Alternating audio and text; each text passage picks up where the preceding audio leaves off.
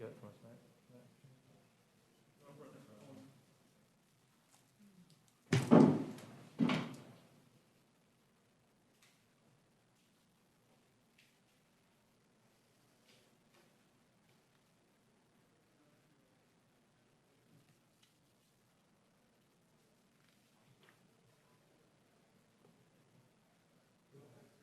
it just go live?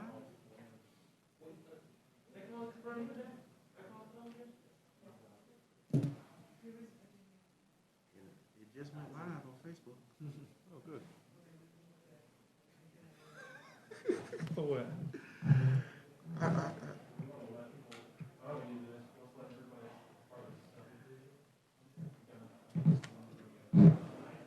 glad I realized the sound. Exactly.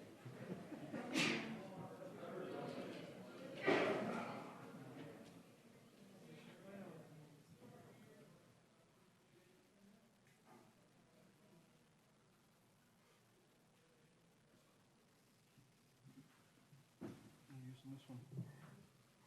I'll probably use this one. All right. I'm not gambling, I'm just looking for a prop. I don't have a fancy prize on it.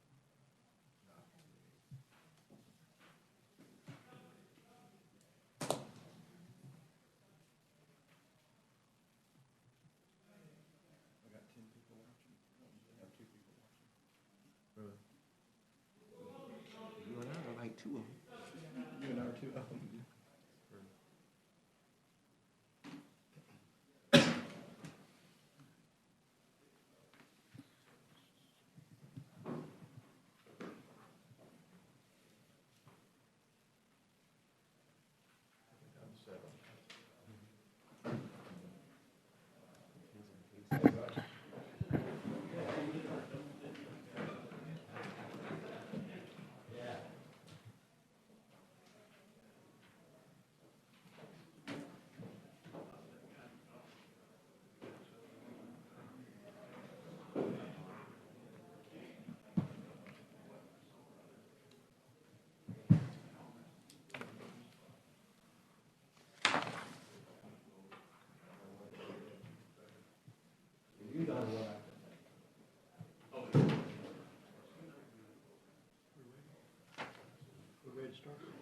All right.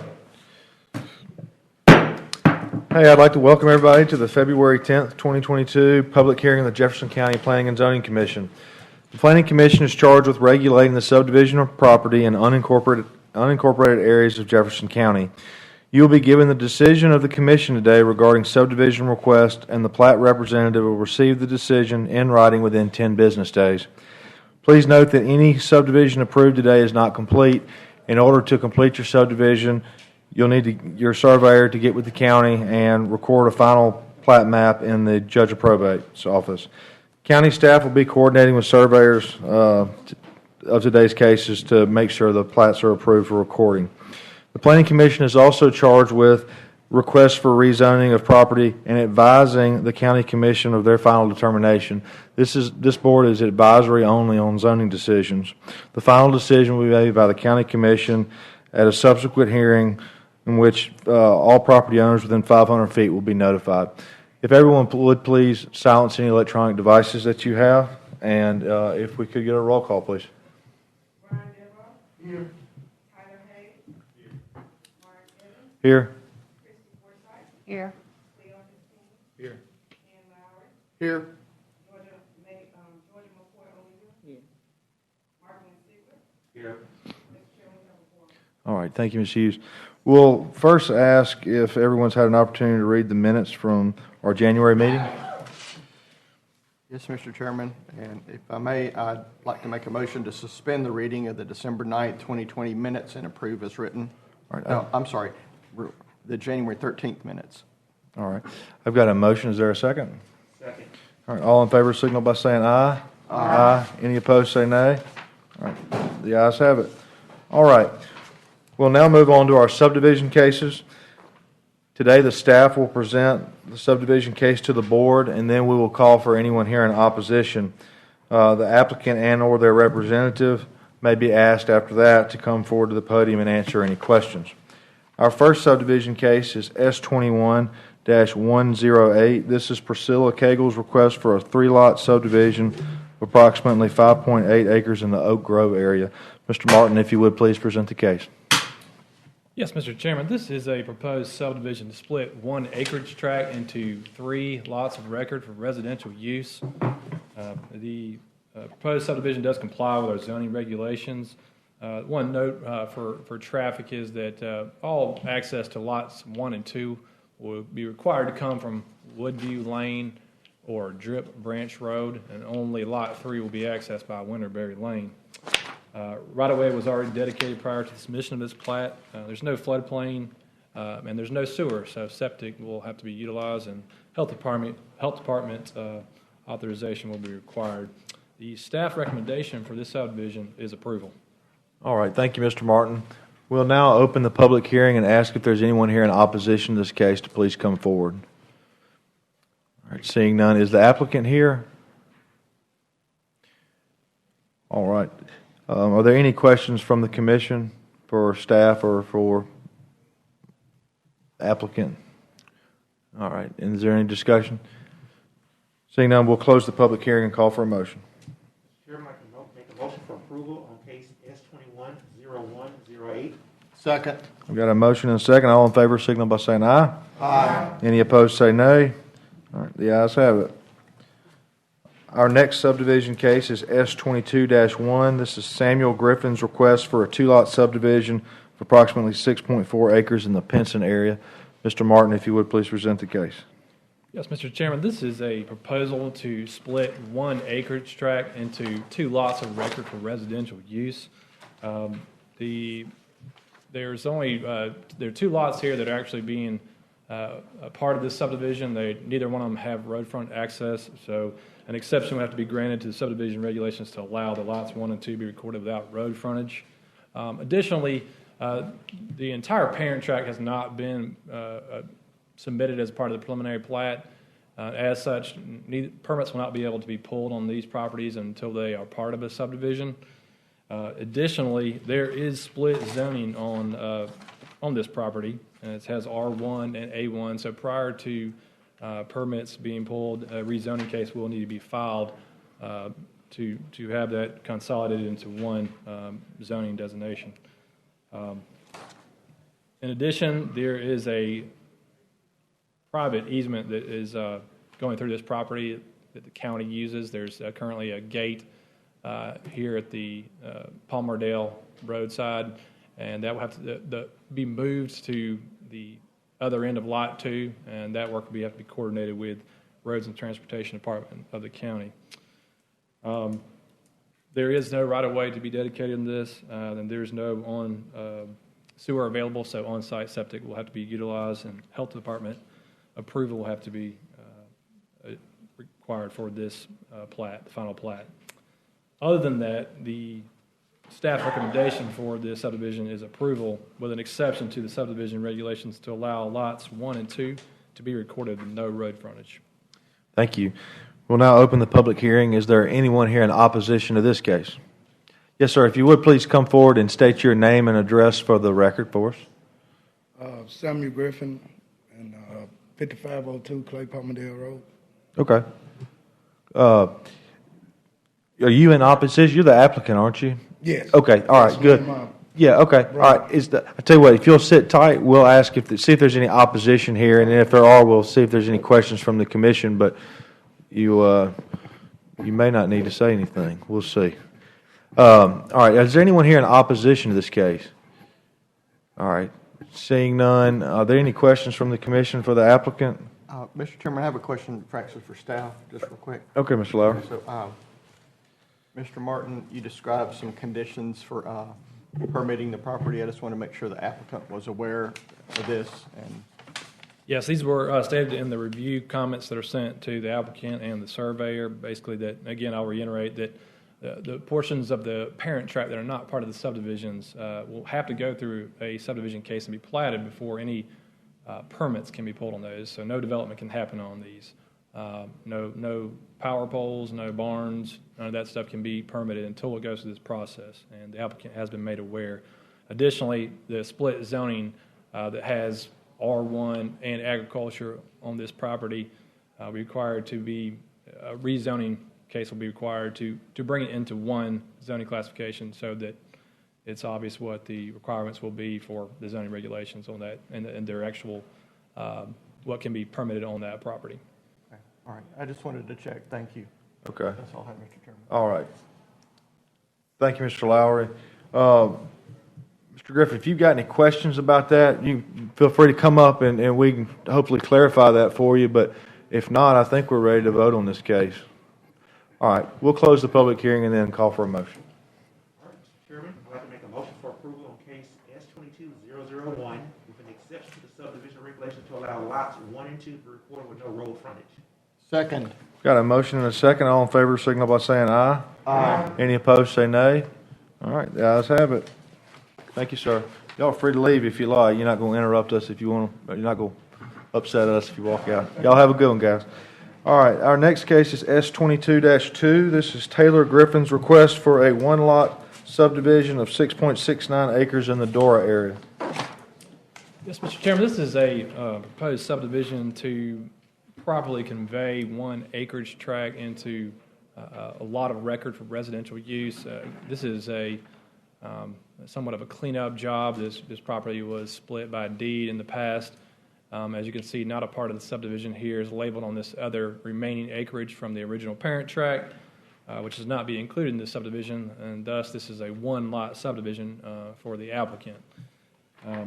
They did receive a variance in December from the Board of Zoning Adjustment to have only 20 feet in lieu of the 50 feet required of road frontage, and that was granted to them in December. The right-of-way has already been dedicated for Hollis Goodwin Road. There's no floodplain and there's no sewer available, so Health Department approval will be required for the final plat. Other than that, the staff recommendation for this one-lot subdivision is approval. Thank you, Mr. Martin. We'll now open the public hearing. Is there anyone here in opposition to this case? All right. Seeing none, is the applicant here? All right. Thank you, Mr. Davis. All right. Are there any questions from the commission for Mr. Davis or for staff? All right. Seeing none, we'll close the public hearing and call for a motion. All right, Mr. Chairman, I'd like to make a motion for approval on case S-22-0002. Second.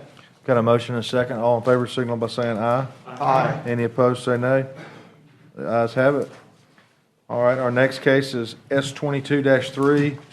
This is also a request from Mr. Davis for a subdivision of 2 lots from a 2.1 acre parcel of land in the corner area. Mr. Martin, if you would, please present the case. Yes, Mr. Chairman, this is a proposed subdivision for 2 lots.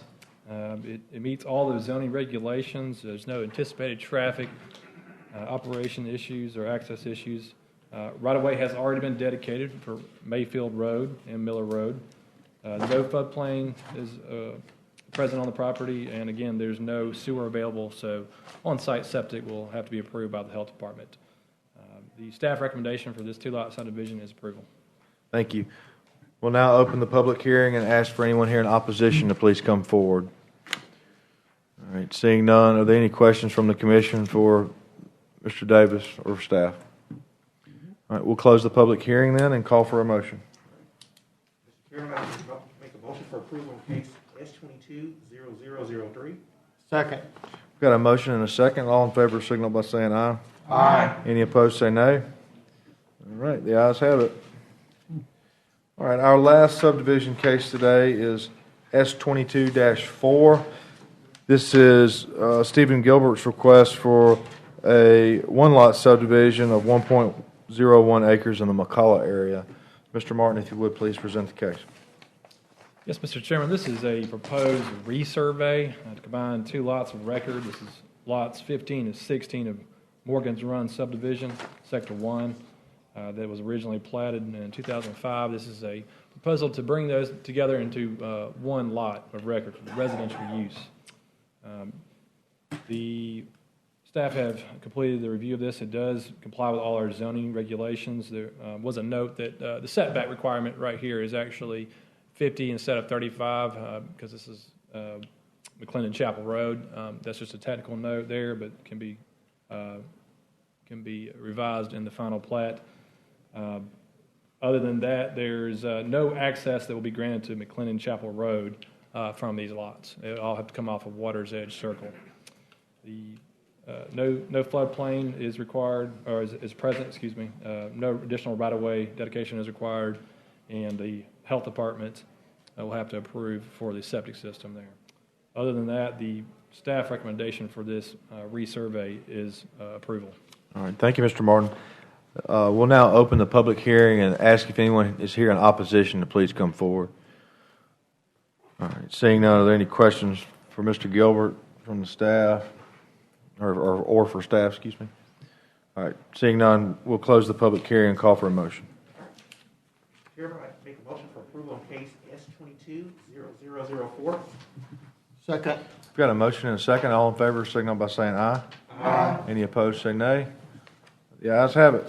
All right, that concludes our zoning cases. Mr. Morrison, if you would please let everybody in the hall know we're going to move to the zoning. Excuse me, I said that concludes our subdivision. Yeah. Sorry. That's right. I'm trying to jump to it.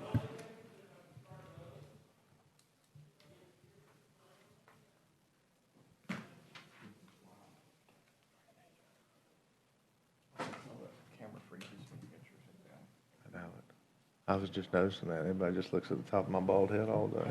Oh, I should have when I get up and maybe it'll pick me up. Maybe. Still got a delay.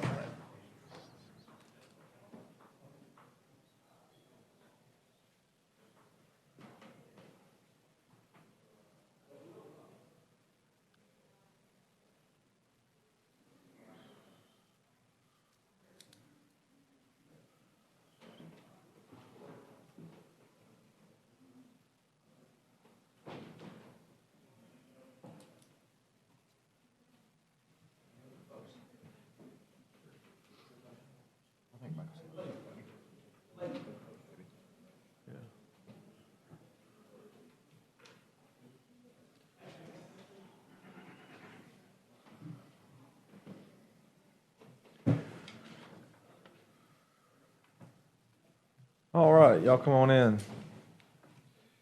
Thank y'all for your patience and sitting out in the hall. While y'all were outside, I did kind of go over some of the ground rules of our zoning cases, and I'll run back through those for y'all to make sure you hear them. So we're now going to move to our zoning cases, and the Planning and Zoning Commission is charged with evaluating requests for rezoning of property and advising the County Commission of their final determination. All decisions made by the Planning and Zoning Commission regarding zoning are advisory only, and the final determination of the zoning will be made by the Jefferson County Commission in a subsequent public hearing for which all property owners within 500 feet will be notified. I know we had somebody's phone go up, but if y'all would please just silence your phones and make sure they're off.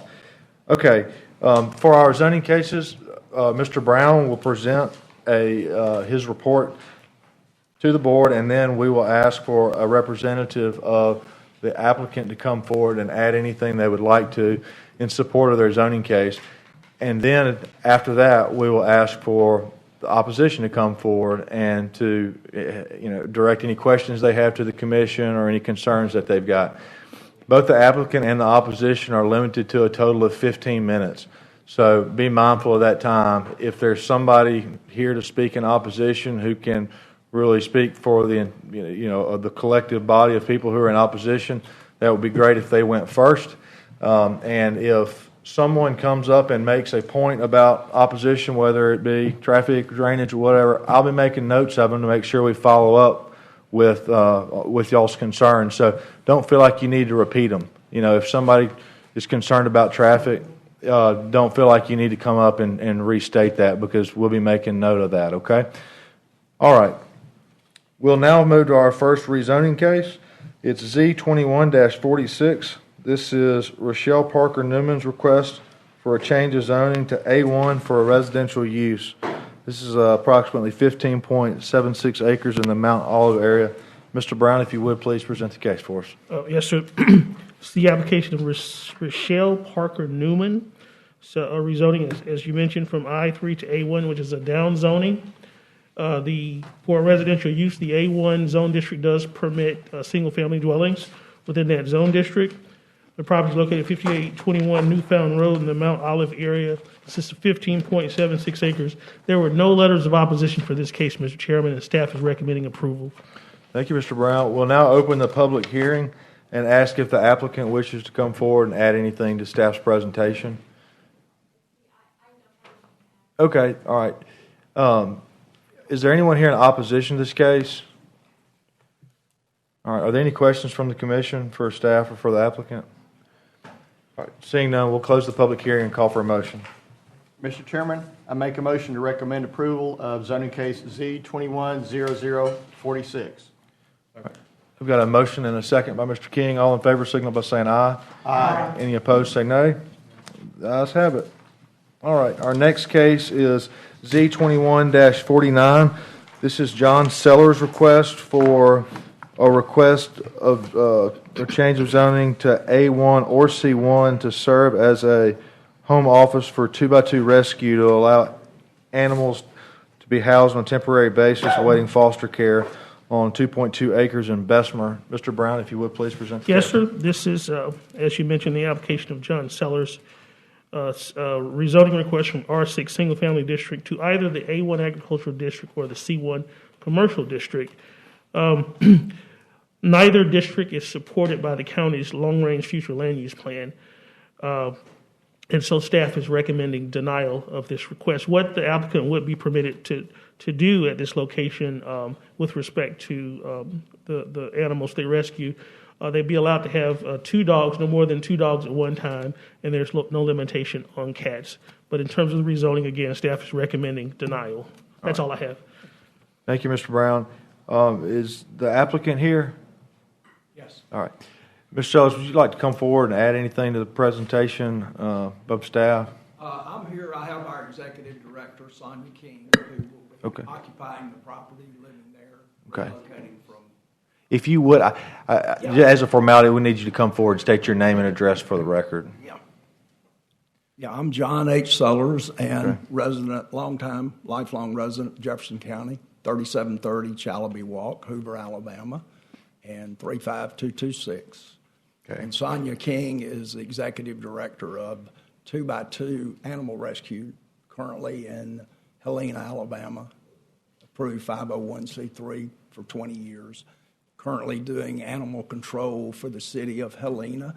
I had convinced Sonia she needed to move in and serve Jefferson County, and we found this property on Shannon Road, 2110 Shannon Oxmoor Road.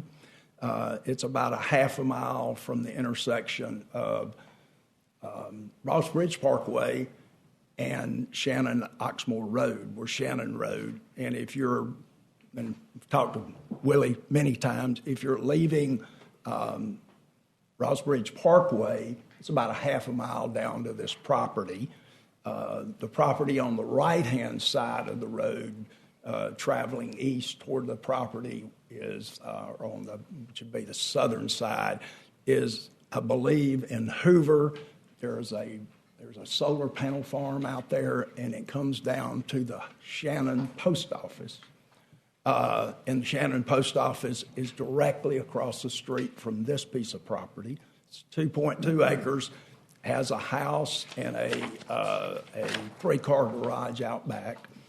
And we thought it was a good piece of property to move Sonia into and to start helping Jefferson County with its animal rescue.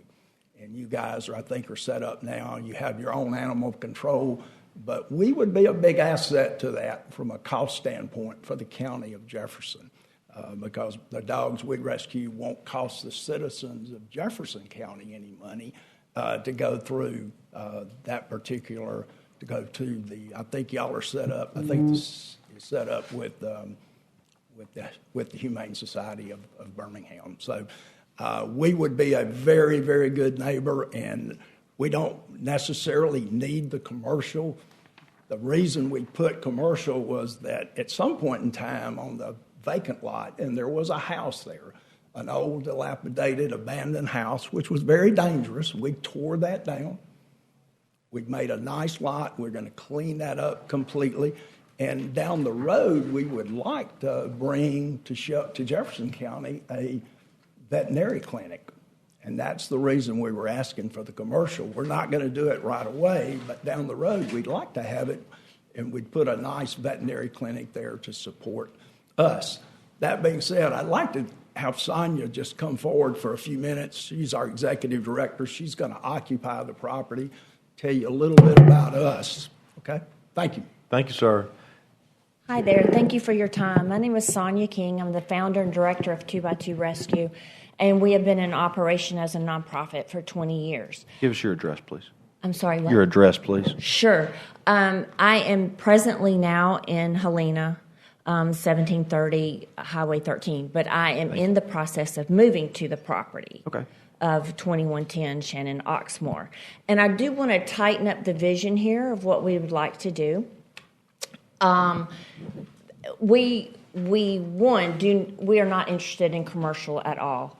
What we would like is agricultural. Right now, the small community has free roaming chickens.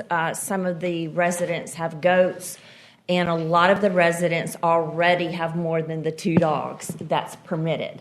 So what we would like to do is legally have, or in compliance, have more than 2 dogs. We do not plan to build kennels. This location would serve as a drop-off and a pickup. It is basically a landing spot for the animals that we take in that need somewhere to go. So we are a foster-based organization, and what that means is we do not house our animals in shelters. We do not believe in that system. We believe animals, until they find a permanent home, should be actually in a home. And we have a foster system just like you do with children. We have the same system with animals. And then once the foster home, we have found a permanent home, the foster home then moves the animal to the permanent home. So this is not a place of residence of a lot of animals. This is somewhere for us to pick up an animal, assess it, do small triage of shots and dewormer, determine if it needs to go directly to a vet or if it goes directly into a foster home. So it's basically just a transitional place along with an administrative office for my very small staff, and then for me to live. So I do want to clear up if there's any misunderstanding that we would be housing large number of animals, so forth. We just honestly want this zoning change so we can be in compliance with the county. Right now, we have been moving animals to and fro, but without the status of agriculture, we would not be in compliance with the 2, and nor is a majority of the neighborhood of the 2 animals. And so we just want to petition for that change so that we can continue our work. We plan to be a blessing. We have already knocked on doors, introduced ourselves. We've already picked up trash. There's couches and so forth in the area on the side of the road that our organization is willing to pay for to clean up for the county. There are citizens in this small community that haven't been able to afford animal food that we have already donated and plan to do that on a regular basis. And so we absolutely are committed to being great neighbors. And I want to add one more thing real quick, is that we are very sensitive to noise control. The animals will be kept inside overnight if anybody does stay overnight. And I will be there to oversee that. And we will be very sensitive to any noise during the day as well. So I hope that clears up any misunderstandings of what our goal and our mission is. We are, I will brag on us just for a small minute to say that we are an organization that has been recognized and awarded nationally and locally. And so we have a great reputation, we have a lot of credibility, and we have all intention to carry that into the future. And so our past shows what kind of people we want to be in the community for the future. Okay. Thank you. Thank you, Ms. King. All right. We'll now call for anyone else here in opposition or otherwise to come forward and state your name and address for the record and let us know any concerns or comments that you've got, please. Okay, thank you. Scott Cook, 1792 Shannon Road. And I'm sorry I didn't catch this gentleman's name. Willie Brown, But- Mr. Brown. Nice to meet you, Mr. Brown. The case before, he mentioned to y'all that there was some opposition to it. To the case before, I did not hear that on this case. You're right. There were 8 letters of opposition for this case. Okay. Okay, that's fine. And I'm very confused. Mr. Sellers on the outside was telling us about commercial zoning and a possible future veterinary clinic, and then we hear something about 2 dogs. And I don't understand why you have to have 2.5 acres to house 2 dogs. Mr. Sellers lives over in Ross Bridge, and he runs a golden adopt a golden rescue over there out of his home. So I can't understand if you're just having 2 dogs, why you have to rezone. So are we looking for agriculture? Are we looking for commercial? You know, and as far as the C1, it doesn't allow kennels. My wife, years ago, probably 10 years ago, she pulled up to a gas station at the corner of Green Springs and Lakeshore, and early morning, right at daylight, and a couple with kids tied a little dog to the fire hydrant and drove off. And so she called me, and I came and got it. She left notes at the gas station. The little dog had a tag. It was in Kentucky. She called the veterinarian. The veterinarian said, "Yeah, it's one of my dogs here. His name was Rusty Nail Sixpack. Gave us a phone number to the owner, discontinued number. So, hey, my wife trained him in agility. He got a mock in agility. He's as gray as I am right now. He's hard of hearing as I am right now, and he sleeps in bed with us every night. He's retired. I'm not. I still have to pay for his feed."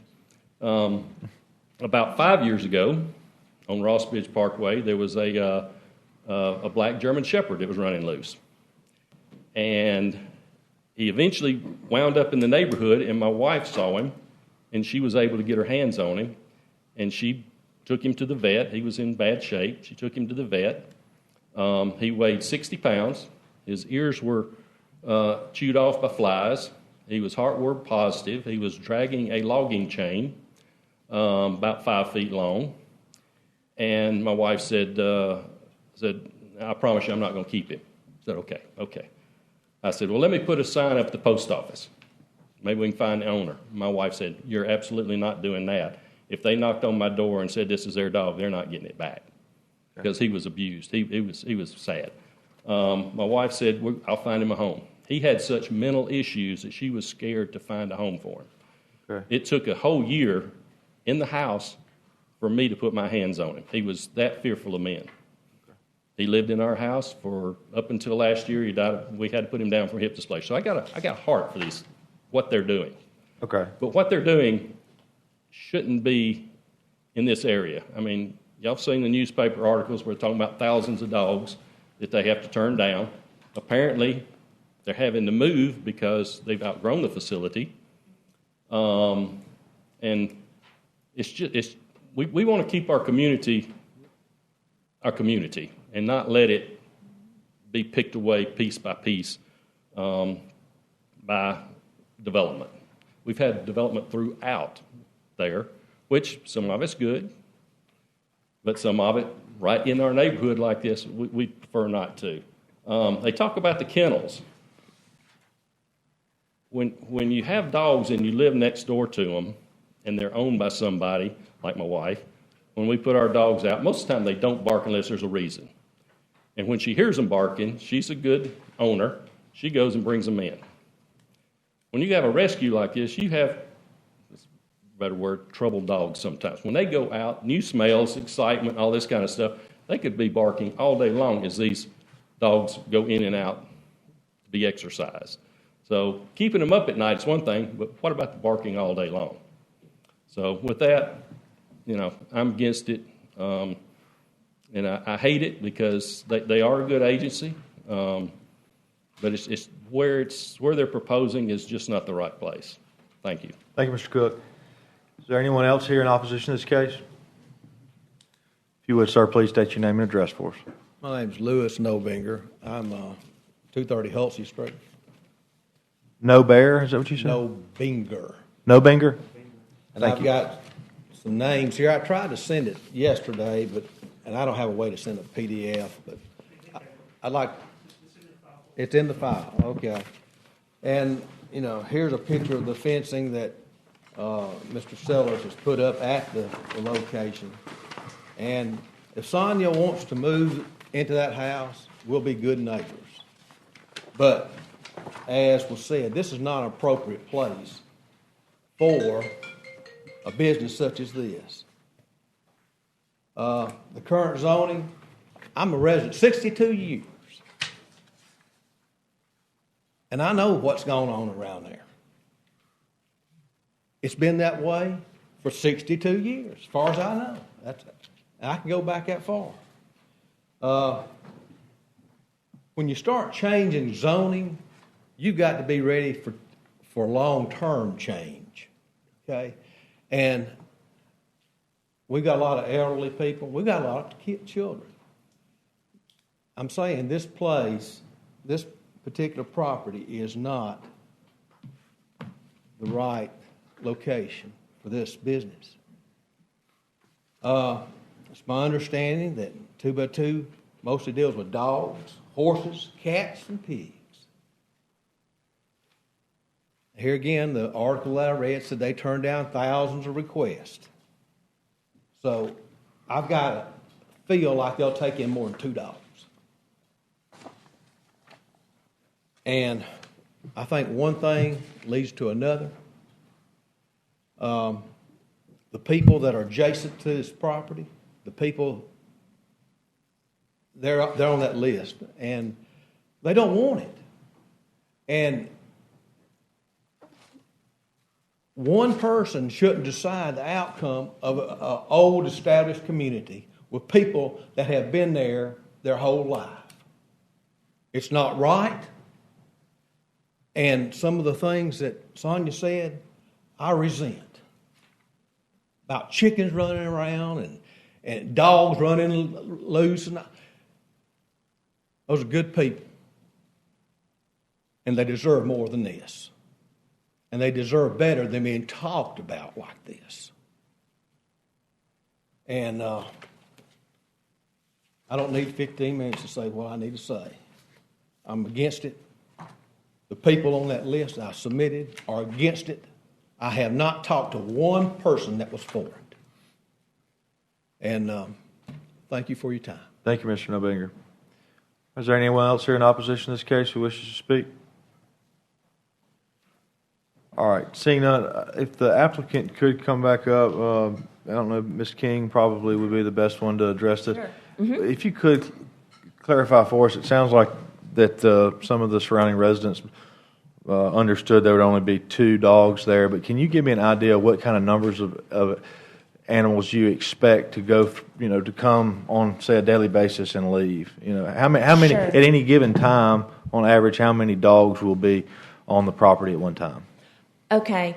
I think what needs to be cleared up a little bit here is that y'all are already If you living. could, if you'll just address us. Okay. Yeah. Y'all, the community is already living under a community restraint, or county guideline is what I should say, of 2 animals. Right.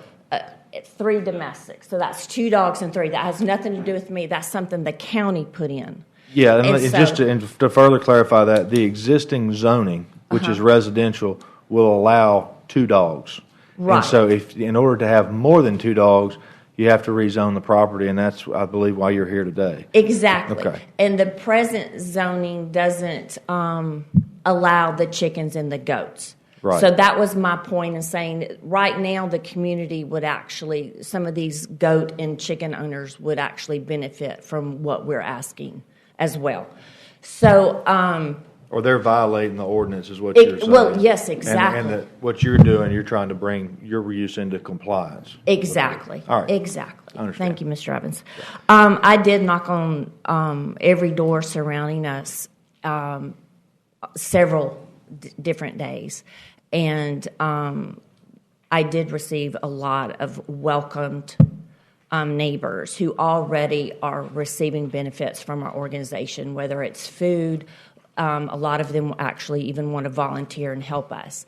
To answer your question about the numbers, for instance, we have had a mom, a stray dog, nursing 7 babies. They were inside the house. The community wasn't even aware that 8 dogs were there because they're newborns. And within hours, we had them already moved out into a foster home. We don't have a present kennel. We have never used kennels.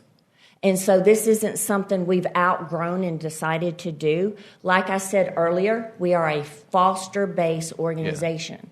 So our plan to kennel is not our philosophy. I know, and Ms. King, it's obvious that you have a very worthy organization. I don't think there's anybody in this room that would disagree with that. Let me see if I can get to the answer this way. Okay. You have a current location in Shelby County. Is that correct? No.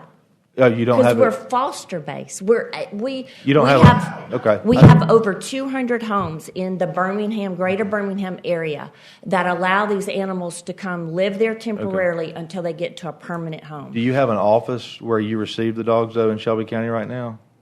No. Okay.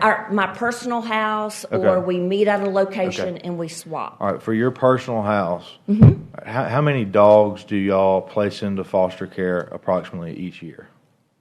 We place, last year we saved 1,204 dogs. Okay. Those dogs did not come through my house. Okay. All right. That's what I want to know. How many of those 1,204 dogs did come through the house? Very few, because the majority of these dogs are going directly into vet clinics. Okay. And then from the clinic, they're picked up by their foster parents and taken to their homes. Okay. So very few. I mean, I'm not trying to. I know. I just need a range. I mean, what these people are looking for is to try to figure out exactly what volume and what the potential effect is on the community. And so, I mean, on average, do you have 12 dogs at your house at once, or is it 2, or what? Okay, so like an example would be I've had a mother dog nursing 6 newborns that don't even have their eyes open. That would be 7 dogs technically.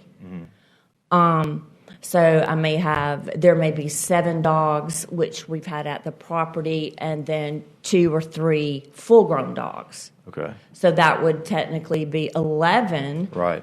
Have you ever had any more than that? No. Mm-mm. Okay. But then, but see, the rationale in that is, the common sense portion of that is that the majority of that number don't even have eyes open or ears open yet. Right. You see what I'm saying? Sure. So it can look more absurd than what the reality is, because you've got newborns and a nursing mom. But even then, we moved them out really quickly. I think a lot of it goes back to understanding what our belief system is. And that is, we are against kenneling animals long term at all. We don't believe that's what's best for the animal to be balanced to go to a forever home. Right.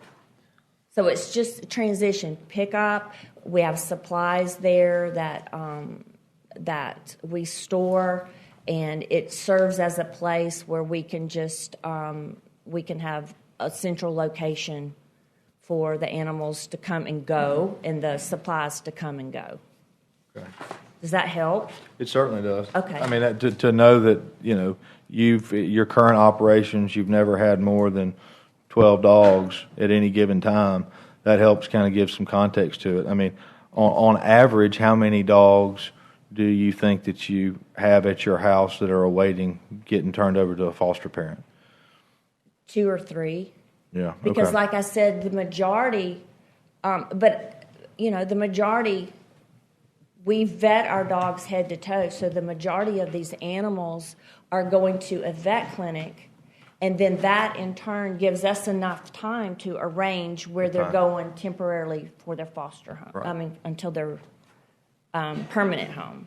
You see, we have a process Yeah, of rescue, a temporary home, then permanent home. understand. That helps a lot. Okay. All right. Are there any other questions from the commission? All right, Mr. Lowry, you got some questions?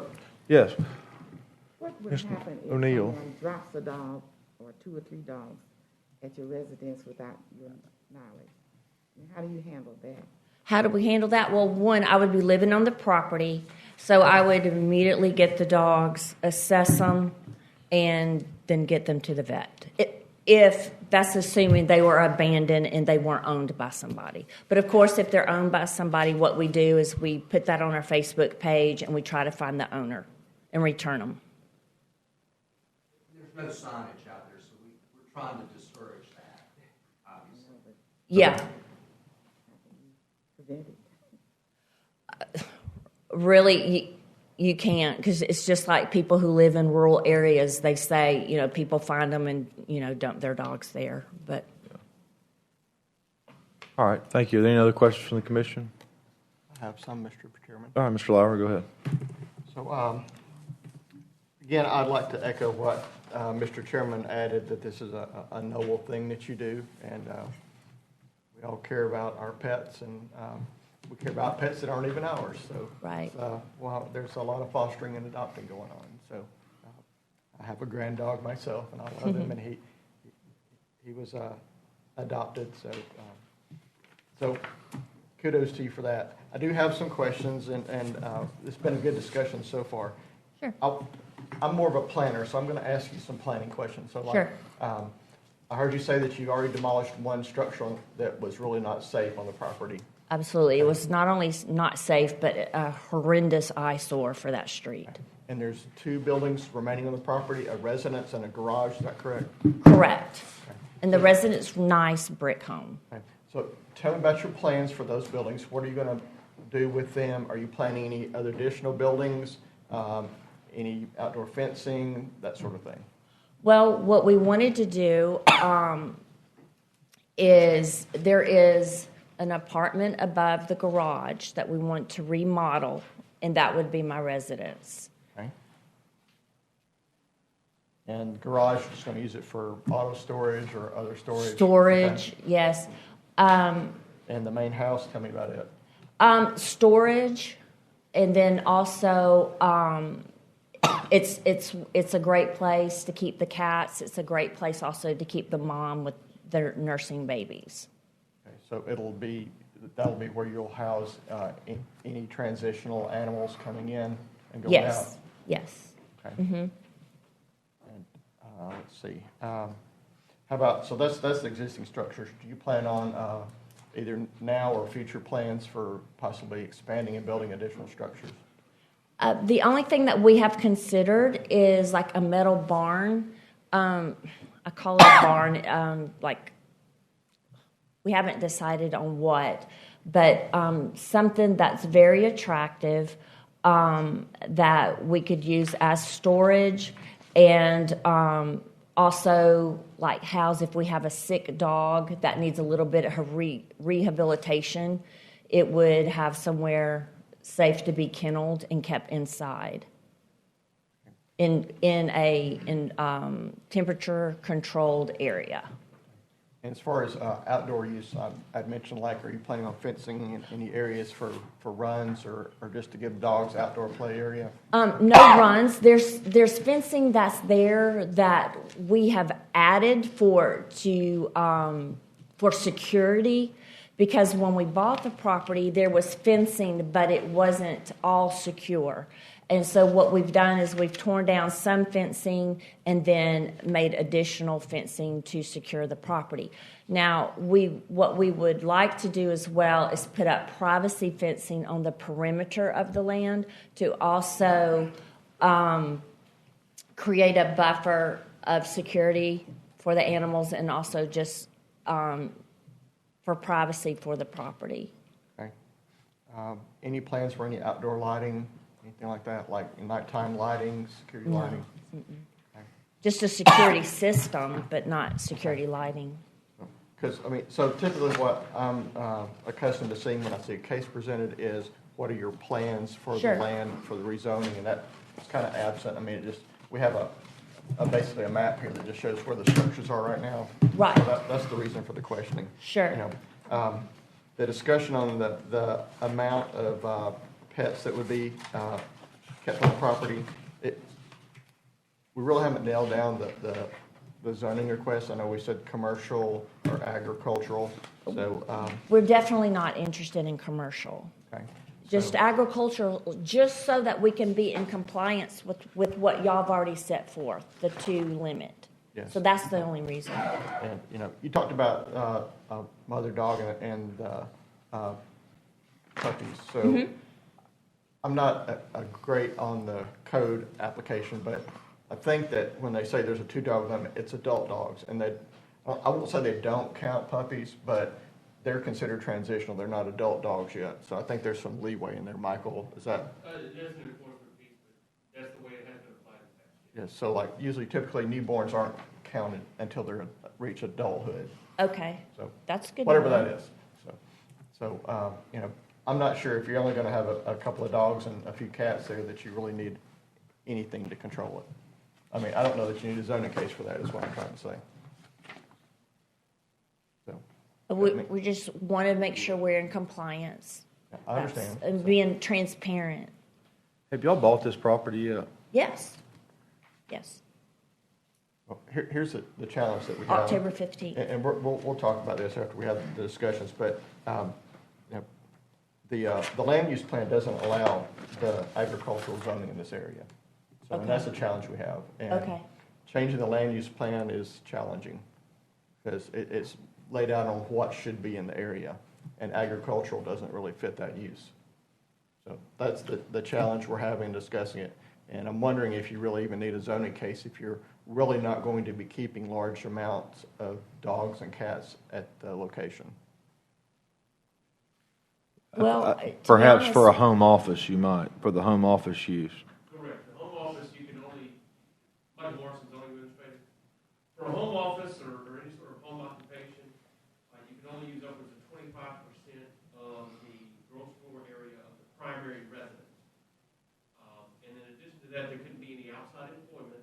The only people who would be allowed to be in this office or work in this office would be people who live on the property. Yeah. You know, other than that, yes, in a residential zone, we would be limited to the 2 dogs because our zoning regulations define a kennel as any premises where more than 2 dogs are kept. And Kennels are not allowed in residential zones. and they're allowed in what zonings? A1, C1, I1, I2, I3. Are they allowed in CP? No, Is the veterinary clinic considered C1? C1. Okay. And so again, commercial is a challenge as well as agricultural for this area. And the only workaround is to make a land use plan amendment first before considering the zoning.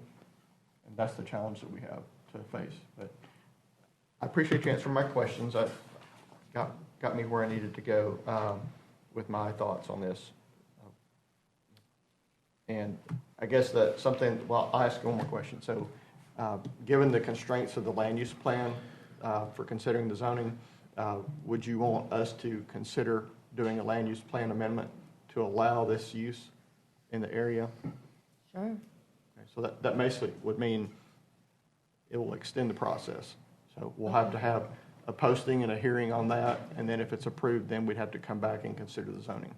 Well, just right off the cuff, I think my answer is yes. I would like to be considered for that. Okay. All right. Mr. Chairman, that's all my questions. Okay. Ms. Okay. King, I really appreciate you answering. Absolutely. Go ahead, Ms. King. Mr. Evans, I saw your expression when you said, had you already purchased the property? I apologize for making It's okay. I shouldn't have done it. No, it's okay. I'm just saying, it is totally on our responsibility, but when we bought the property, we were under the understanding it was already agricultural. Sure. So we weren't just trying to just plow our way in, and then all of a sudden, but the owner, he's now deceased, but the owner had told us otherwise, and we should have crossed our T's and dotted our I's there. So, Well, thank you for sharing that with us. Are there any other questions from the commission? Mr. Chairman, I just got a question for the staff. Yes, Mr. King. Can you tell me how many particular, I know we've received a number of letters, but within this vicinity of this property, how many actual residents in this area? Do we know that? An estimate?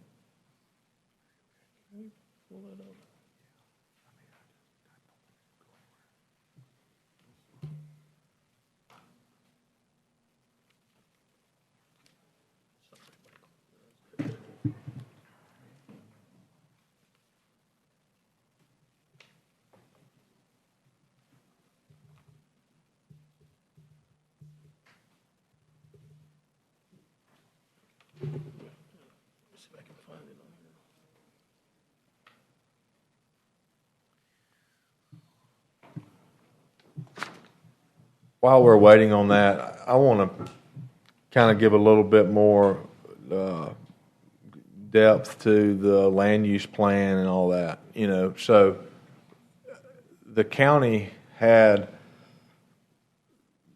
probably 2 decades ago, they went through and developed a plan of desired land use for the entire county, or for the majority of the county, for specific areas. And there's involvement from the neighbors, from the Birmingham Regional Planning Commission, from planning on a regional basis, a very localized basis, and all of that input creates the master plan for our county. And that master plan dictates, hey, in this area, this is good for residential, or this is good for commercial, or this is good for industrial. And that way we know we've got our basic business needs. We've got areas for those, and we've got areas for our residential needs, and so we can provide, the optimal land use for the property in the county. And so in this specific area and for this specific property, it expressly designates it to be residential. And that's the challenge, is that what we are governed by, and what our duty is to make sure that we carry out the master plan's wishes. That's part of the planning process, is to bring about uses that are consistent with the master plan. And why you got a recommendation for denial from the staff is because they look at the master plan and say this calls for residential only, and your use isn't strictly residential. Okay, so that's where it's coming from, and that's when Mr. Lowry's saying we got a plan amendment. We got to go back, and if we want to consider this case, we got to go back and unwind something that was done with a lot of public input, and those plan amendments require, it's a several month process, and there's just a lot of involvement. And they've been done before, but it's usually done on a scale of like the JetMet project. We have entertained other things, but I think for some people, but I don't know that most people haven't stuck around for that. To see that process through.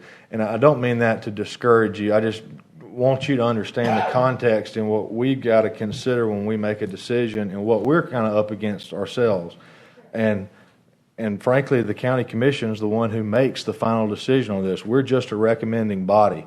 But I want you to understand the framework here, because it can be foreign to a lot of people, and it's not that people are up here saying we don't like your cause, and even if I thought that 2 dogs or 3 dogs wasn't going to have an adverse impact on the neighborhood, if it conflicts with the land use plan, that's a greater obstacle to me, and I don't even know that I get to impart my judgment into this. And so I just want you to understand that. okay, well, understanding that better, then I feel very comfortable saying, please don't move forward on that. You had asked me if that's something that we would want to do.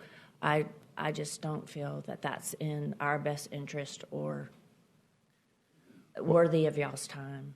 Well, and frankly, to amend the land use plan, you would want some input from a professional planner that goes and studies the area and says, this is a growing area, you've got other growth coming in. commercial is presently a good use here, or agricultural is a good use here, and I mean, it's going to require some expertise, and I don't mean to suppose what y'all's appetite is for going through something like that, but I think it'll be a pretty financially consuming and arduous process. But I don't want to discourage you. That's not, I mean, I am pro-development, and I would love to see properties being put to a productive use, but it's good for the county and good for everybody. And so I don't want to discourage you, but I just want to let you know kind of there are challenges, in front of you. So I understand, and right. I appreciate your explanation. And I just think it's best to withdraw what Mr. Lowry proposed there. Well, you can go home and sleep on it, because Sure, what I you understand. say today doesn't prevent you from going and Sure. submitting a request for a land use plan. But I think he just kind of wanted to have some context of what what you were thinking. So let's do this. Did you, Mr. Brown, were you able to answer Mr. King's questions about how many neighbors there were in opposition? Yes, sir. It'll just take me a second to describe this. So what you're looking at here is a color-coded map, which is your existing land use plan. And everything you see on this map is either low-density or medium-density residential on either side of the property. And then to the north is a single-family directly across the street. The green represents institutional, and what that is a post office. Okay. Adjacent to the post office it's mostly vacant land, but that's a solar farm. And it provides power to an adjacent Ross Bridge apartment complex, Okay. which is just outside of this map here. But yeah, if you take the totality of all of the uses you see on this map, it's residential. It's either low density, medium density, or high density residential or vacant land. Okay. Mr. King, does that answer your question? All right. Are there any other questions from the commission? I have a question. All right, Mr. Sigler. Sure. I guess one is a parliamentary procedure, because I do see staff recommendation is denial, but I remember we went back and forth before. Is the correct procedure to make a motion for approval, and then if it doesn't get a second, it automatically denied, or do we have to make a motion for denial? Either motion can be made, Okay. and everybody just need to pay attention. If there's a motion for denial made and you vote aye, you're going to be voting in favor of denial. And so that's the way we usually handle it. But we have technically closed the public hearing, and so if this is extremely important, Mr. Nobanger, I'll allow you to come back up, but I'm just cautioning you, it better be really important. Well, I just can't believe you entertain the wishes of the community. I just cannot believe you entertain changing the zoning on what the community is, something else, and go against the wishes of the community. I just not happen. Well, I don't know. I can assure you that we've taken into account the wishes of the community and the effect on the community, because obviously they have a very worthy cause, and that's something I know personally I'm considering, and I think there are people. By going to a place that's already zoned that way. They could have avoided all this. All right, thank you. We're going, Mr. King, yes, sir. Just for the record, that was my purpose for asking the question about the residency comments in that area. So we are definitely considering the residents in the area. I hope so. We pay taxes too. All right. Mr. Chairman, I'd like to make a remark to that too, if you don't mind, and I will stop after that. Okay, Mr. Lauer. So we do take consideration of the public. I'll consider everything that's said here today. I consider the regulations, and I follow them to the letter in my decisions. So please don't challenge us to do that, because we're here to make a difference and protect the safety and health of the public and find the right balance for the whole community, including the residents. We are, okay? You don't have to hope. Thank you, Mr. Chairman. All right, we're going to close the public hearing again, and then I will ask any other discussion from the commission. All right, seeing none, I'll call for a motion. Mr. Chairman, based on the regulations that we follow and the compliance with the land use plan, I'm recommending denial of this zoning request, because under our adopted land use plan, we can't allow either the agricultural or the C1 commercial zoning that was requested. All right, I've got a motion and a second. All in favor of denial, say aye. Aye. Any opposed, say nay. All right. The motion for denial carries. This case will go to the Jefferson County the Jefferson County Commission for a final decision, and everybody within 500 feet will be notified of that hearing, which will be held at a later date. Thank y'all very much. Y'all, if you're part of this case, y'all are free to go.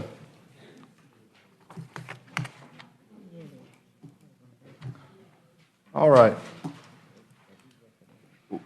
We will now move on to zoning case 21-50. This is Arthur Gray's request for a change of zoning to A1 of 4.49 acres in the Quinton area.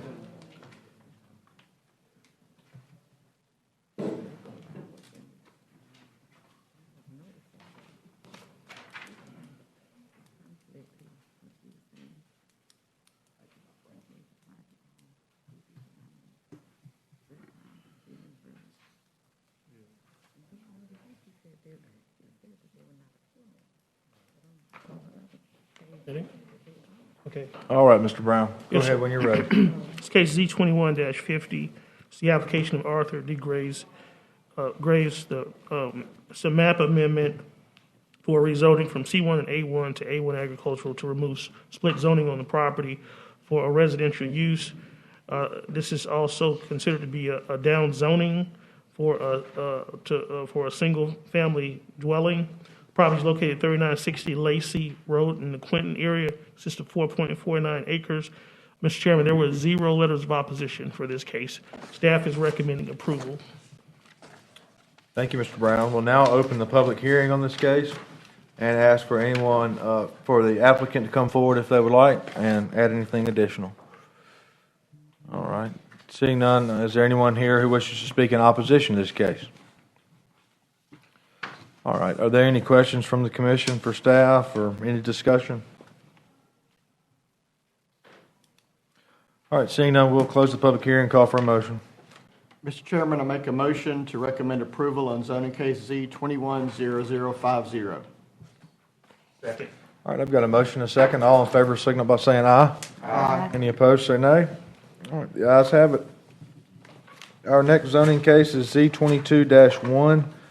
Scott Dayboard's request for a change of zoning to R7 planned unit development for 247 lot residential subdivision, approximately 200 acres in the Bessemer area.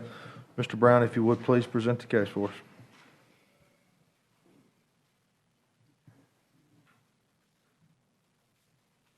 us. Yes, sir. This is case Z2201. As you mentioned, it's the application of Scott DeBard for a map amendment to rezone the property from A1R7 for a planned unit development, a 247 lot planned unit development.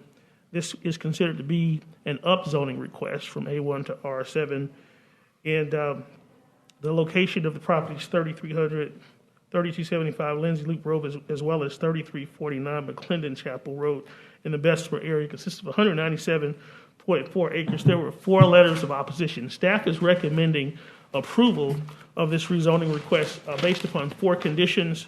And those 4 conditions, I'll read these into record, are number 1, an approved traffic impact study to determine the need and justification for auxiliary turn lanes on Lindsay Loop Road, multiple access locations, and existing and road widening improvements. Number 2, an additional right-of-way for Lindsay Loop Road for road maintenance. Condition number 3, if private sewers are planned, and they are, only right-of-way crossings will be allowed, and a right-of-way use agreement with the county will be required, which the applicant has. And lastly, condition number 4, preliminary drainage analysis to determine if an upstream or downstream impact may be created by the development of this property. And that's all I have, Mr. Chairman. Thank you, Mr. Brown. We'll now open the public hearing and ask if the applicant wishes to come forward and add anything to the presentation at this time. You don't have to, but you're welcome to. Well, my name's Joel Malkin. I'm 2524 Aberdeen Road, Birmingham, Alabama. Mr. DeBoard is with Valor Communities. He couldn't be here. But I'm assisting him in the development, and we've got representatives with the engineering firm and with the builder who can discuss any kind of drainage issues, traffic studies, house sizing, any kind of things like that you may Thank have you. questions in. But, Thank you. Who was the builder? The builder's Valor Communities. Yeah, okay. And they've built several subdivisions in the McCalla area. Yes, sir. So we're here to answer any questions you may have. Thank you, Mr. Mulkin. Thank Did you. we get your address? It's 2524 Aberdeen Road, Okay. Birmingham, Alabama. Thank you, sir. All right, is there anyone here in opposition to this case? Yes, sir. If whoever wants to come on forward and state your name and address for us, and let us know what you got to say. My name's Michael Snelling, and I live at 3388 Lindsay Loop Road. My wife and I have a 12-year-old son. I live in the house that the current owner's parents built, so I'm kind of in the middle of it.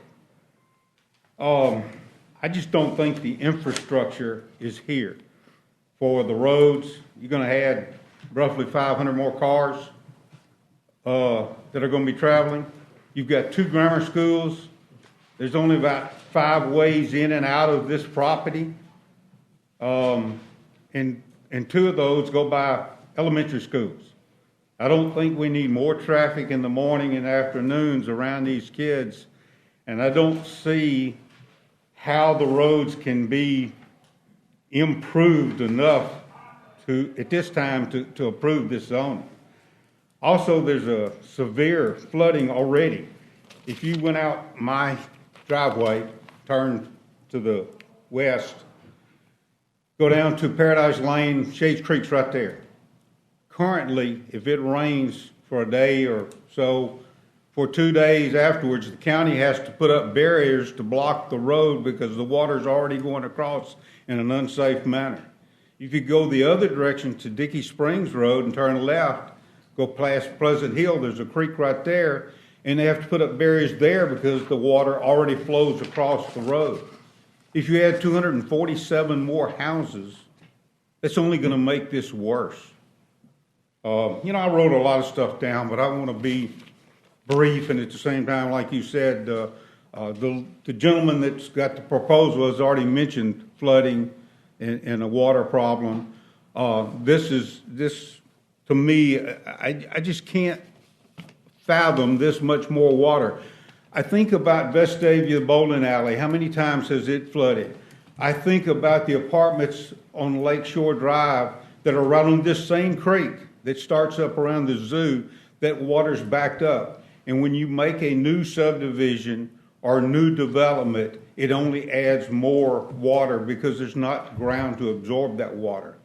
And I just feel like that this current proposal or request to put 247 houses, it just doesn't make sense to me. Now, I understand that the developer has to kind of dot their I's and cross their T's and check all the boxes off to come before you to say they're going to do certain things. And I'm not against a development. I want you to understand that.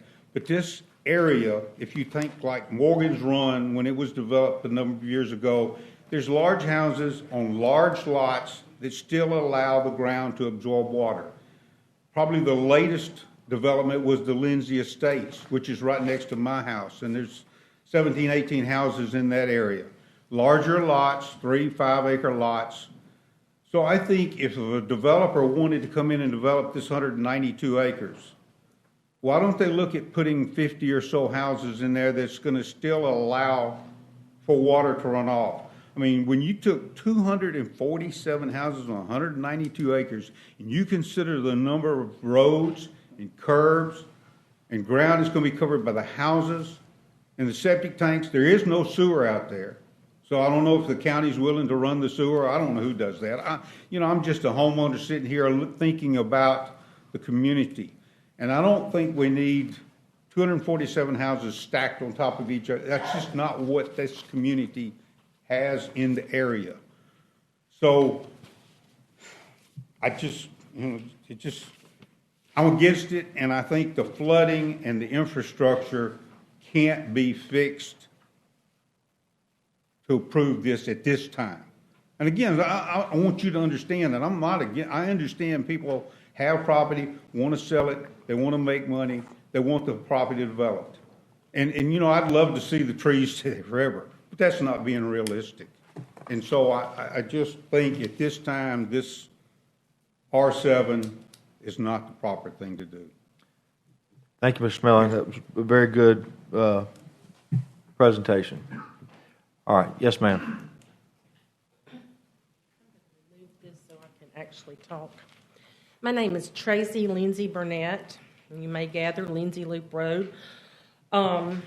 And I'm here representing myself, my husband, and my elderly mother. We all live on the property that's adjoining the 40 acres on the one side of the road where this is division's going to be made.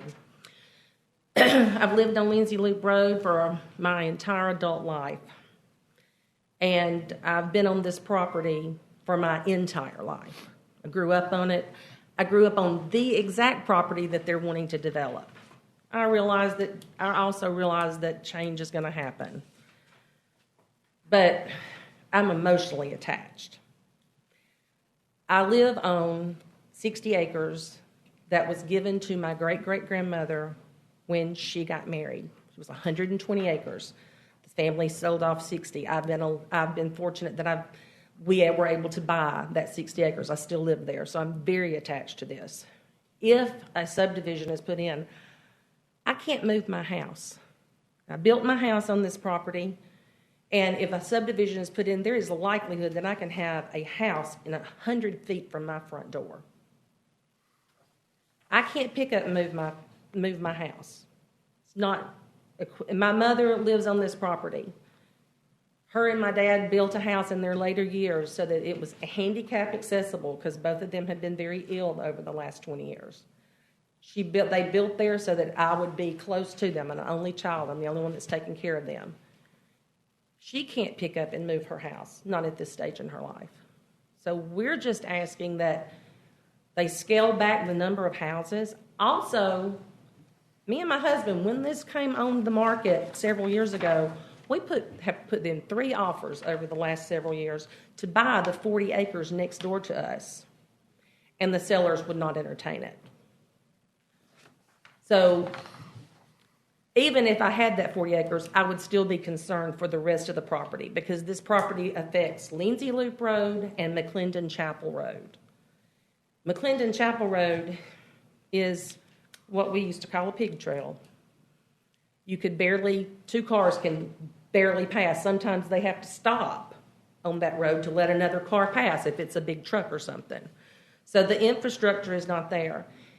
In the last 2 years, we've seen a new elementary school opened in our community. And I've talked to some of the teachers and some of the administration there. School is already at capacity. In September or October, there was grounds broken for the new UAB hospital. That's 4 miles from Lindsay Loop Road. So we are looking at a lot of more traffic from other directions that come through our roadway to get to 459. It's another access to 459. As I said, my name is Tracy Lindsay Burnett. My great-grandfather is the one who built Lindsay Loop Road. I still have the mule-drawn scraper in my front yard that he used. This has been agricultural. My family spent blood, sweat, and tears. They shed that to own this, to acquire this property over the years. And now I feel like me and my family are being penalized, and our neighbors, because they all moved out here because they wanted a quiet neighborhood. They wanted less traffic. They wanted to raise their families in a small community. So I feel like we're being penalized for saving our money, working hard, and building our forever homes. So on top of all the other things, the watershed, and I won't go into all that because y'all already know all that, it's just, it's a very emotional thing for me. And if this does go through, I'd like to talk to the developer because I don't want a house 100 foot from my front door. And I share, the road that comes into my house is shared with this property. So it affects me greatly. I have cows, and at times we have horses on the property. And we already have a hard time keeping trespassers out. We built a lake there before we ever built a house there, because that's what my daddy wanted, was a lake that he could go out his back door and fish in as he got older. And I have problem keeping people out of my lake. You would be surprised at the many people that do not know what a no trespassing sign means. Because if they get on your property and they get hurt, guess what? You're sued. So give us some, I hope that you'll give us some consideration, because as I found out the last few days, a lot of my neighbors are upset also, not just me. Thank you. Is your property to the north of this proposed development? Do you have a picture of it? I can show you exactly where my property is. So, Mr. Chairman, what's your property, your entrance to your property is off Lindsay Loop? Mm-hmm. Okay. I'm 3389 Lindsay Loop Road. How about this? You got a laser pointer there in front of you, I think. Where are we? What is Lindsay Loop?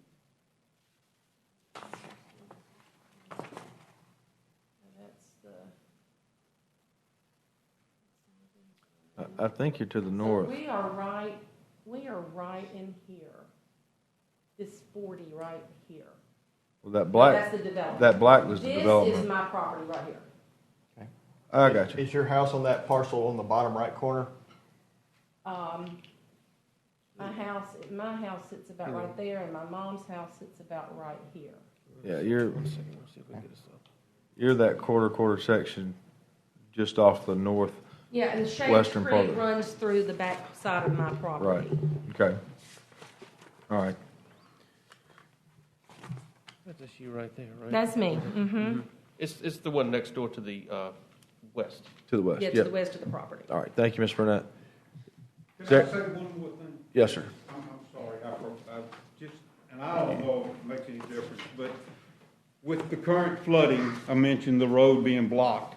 If we needed a fire department right now, if they couldn't come in from Pocahontas where they're at, they would have to go down Pocahontas, get on Ben Hill, Eastern Valley Road, get on the interstate at exit 1, go to exit 6. They can't go under the railroad trestle to come around, so they have to go up to Greenwood, go by the grammar school to come into this area if it's flooded. So I just wanted to mention that, and I don't see how adding more houses is going to make that any easier. So even for the current residents, or if you did approve it, these new residents would have to suffer, possibly 2 or 3 days, the fire department not being able to get in there. So I just wanted to mention that too. All right. Thank you, sir. All right. Is there anyone else here in opposition to this case? All right. If the applicant would please come forward and we can ask a few questions, and particularly if y'all could address traffic and also drainage studies and anything that you've done or you anticipate doing or are willing to do in the future. Great. My name is Joel Childers, 291A Cahaba Valley Parkway North in Pelham, Alabama. I'm with ESP and Associates. We are the engineers on this project. Right now, we are in the preliminary design phase, getting zoning. We have talked with the Transportation Department about what they are going to require on Lindsay Loop Road as far as traffic studies and what their recommendations or what the traffic studies recommendation will be about if turn lanes are required or if a second entrance will be required on the southern portion of the property. And once that traffic study is done, we'll address whatever they say is warranted at those intersections. If right and or left turn lanes are required or a second entrance. Who's doing your traffic study? We haven't scheduled one yet, but we will, once we know that the project will be going forward. Okay. We have done a preliminary drainage study. There are several drainage basins that we will be affecting with our development. We are, even though that is the number of houses, it is a fairly low house per acre density. It's about 1.3 houses per acre total. So we will be increasing runoff. So our proposal to the county is that we will control the runoff, any increase in quantity and the county's requirements for quality with detention ponds, detention basins, still-in basins, and that. Therefore, after our development, we have to certify that our runoff from this development will not be greater than what it was originally. So we do know that we will have to detain on site before we let it go. Specifically, say that in another way we can understand it. When you say you won't have greater runoff, right. I mean, you're gonna create more impervious surfaces. That's correct. I mean, but you're saying that the impact on the streams is not going to be as great. How is that going to happen? How are you going to engineer that to where it won't we will happen? be putting in, I think right now we're proposing 4 detention basins. Okay. These detention basins will hold the runoff, the excess runoff, and let it out slowly so that we don't affect the rate that it runs off onto other properties. So we will actually try to reduce the rate that it's coming off the property right now. All right. Mr. Brown, can we pull the site plan up so we can see the areas that are going to be maintained as undeveloped or with natural vegetation and the areas that are going to be developed for housing?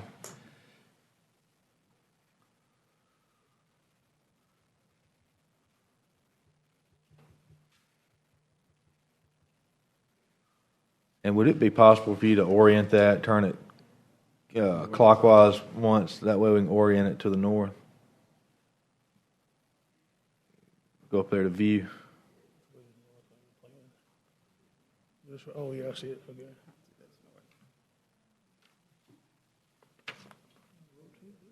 You go to view, the view tab, yeah, and then click on that and rotate. Got it. There we go, great. All right. Wait, is that we now oriented northerly? Yes. All right.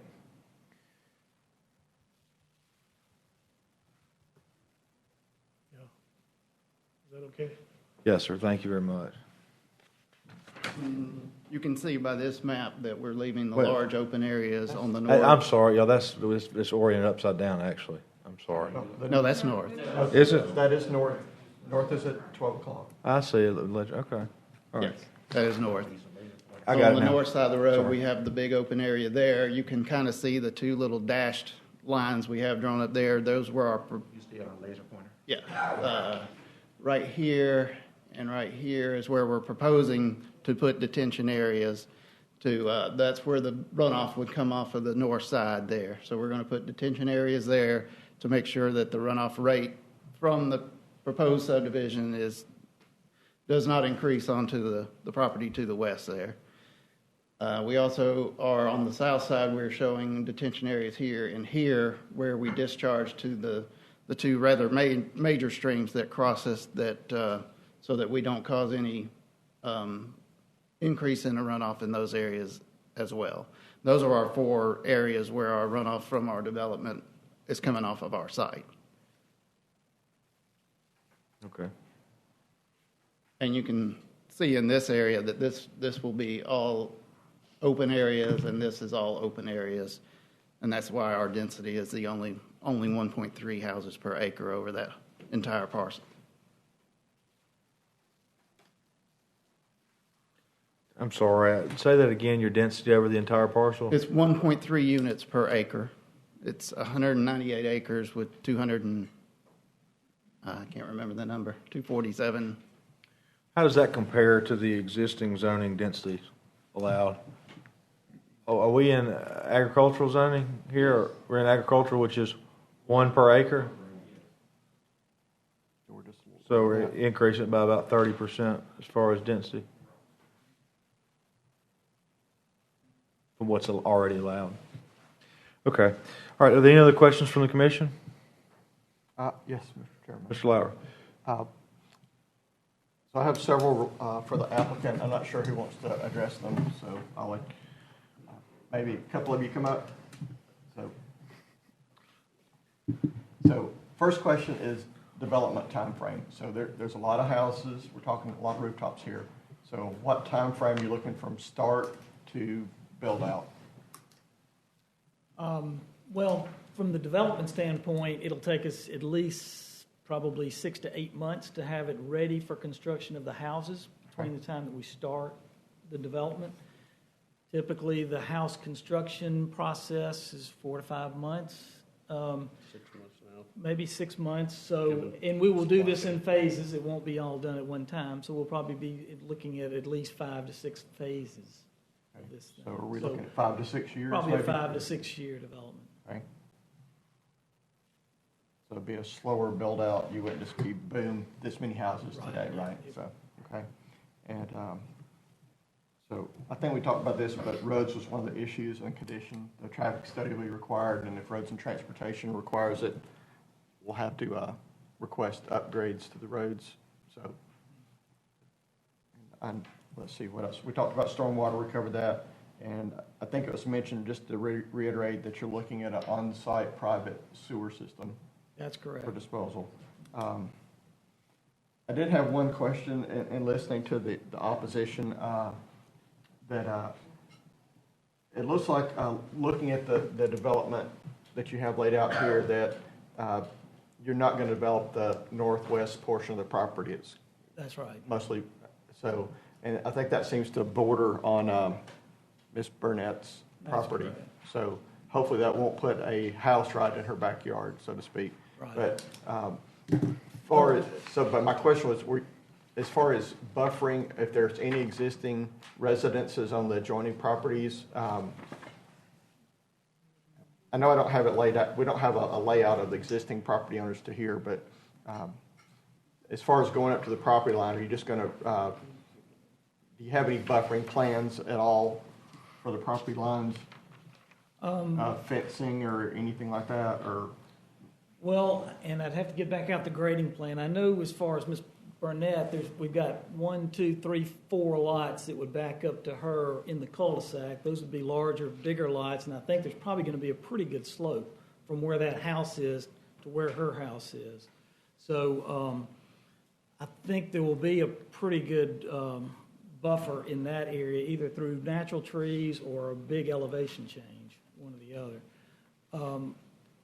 The other gentleman that's down across the street, there will be 2 or 3 lots as we do the entrance that'll be relatively close to the property line.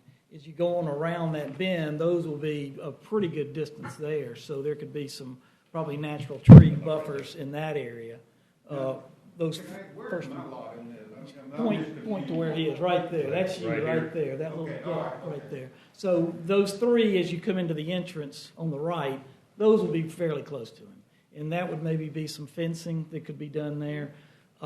There probably will not be a whole lot of vegetation because it's so close. But as you come around the curve, those 3 large lots, certainly we could have some buffering there with natural vegetation. When we typically build, we don't usually clear much more than 50 feet or so behind the house. We'll clear what we have to for the grading. Yes. The rest we will, and we'll revegetate. So I was thinking about a covenant for considering the zoning for any properties that adjoining properties that there's residences within so many feet that you'd either provide a natural buffer undisturbed of so many feet or privacy fencing. Yeah, the fence or the natural, because sometimes the grading tears up the Right. natural. But yeah, I don't think we would have an issue with that. All right, thank you for that. And I was just going to, so this is more a question for staff. I don't want to, so is it okay to talk to staff now? Yeah, I've got one question for y'all. That one of the concerns that I heard from Mr. Smelling was about a road that is inundated apparently with water from time to time. Have y'all heard that before? Is that something, I mean, you're accounting for? Because, I mean, that is a concern if there's a road that the county's got that stays flooded about getting fire protection to this community. Is that something on your radar? Well, yeah, I'm from out in that area, and I'm Okay. familiar with that. And I know when you go down Lindsay Loop Road back toward Pocahontas Road, they do have flooding issues on that road. And I don't know how often, because I'm not out there that often. Here, 12 hours. We're flooded. Yeah, for a couple of days. Yeah. And the county comes out to put the barriers up to keep you from going down there. You know, it's just, the fact you're having trouble with the creek washing the road away. So the alter, Yeah, yeah, and y'all, frankly, that's above my pay grade about, I mean, can anybody speak to that countywide? I mean, is that something that, we know about the frequency of it or anything like that? I I would mean, feel sure the Roads and Transportation Department knows that issue, but, I mean, we would have to go the other direction to get out of there. You would not be able to go the direction back toward Pocahontas, wouldn't be passable. You also have to remember that the railroad trestle on Greenmore floods during a rain, so the only way out is to go by Greenwood School. all right, Mr. Melling, thank you. If you'll hold off, that's all right.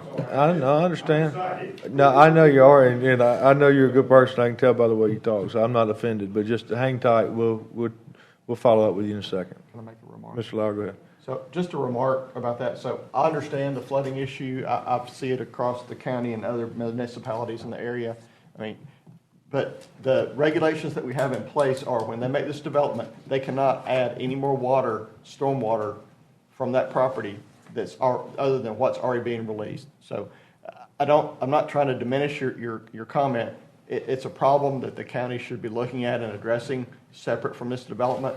This development cannot be made and increase the water flow coming off the property to contribute to that problem. If they do, then they're not supposed to.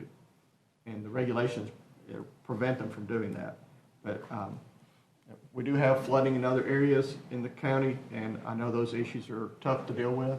And I don't know what the priorities are on those, but. If I may.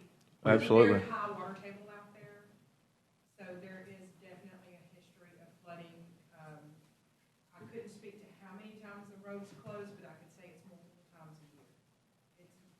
There's at least 2 to 3 rain events a year that's gonna cause those roads to be closed. I would have to, talk more with transportation to find out exactly how many times, but it's not infrequent, I'll say that. Right.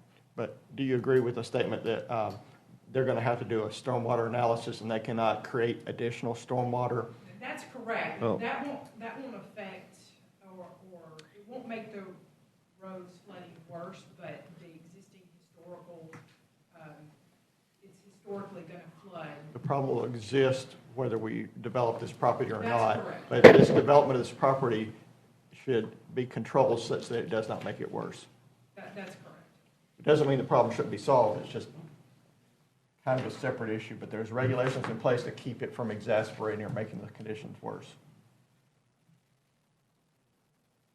Thanks for the remarks. Sure. I mean, and so your fire protection, when there's a flood like they're talking about, where's your fire protection for this development come from? well, it would come from the other direction, going back toward Morgan Road. Have y'all talked with them about response times and stuff like that? We haven't. Yeah. with them.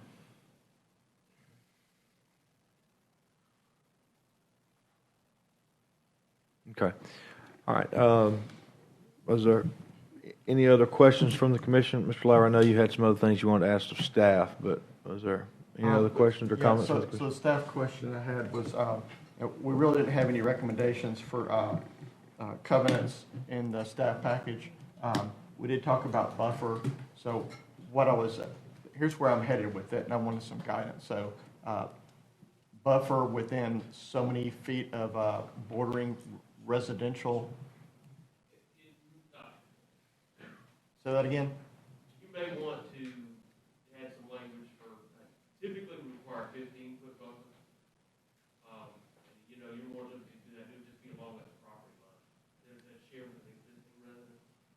I'll say within a proximity of 500 feet of an existing residence, something like that. You make it difficult with some things we don't know specifically.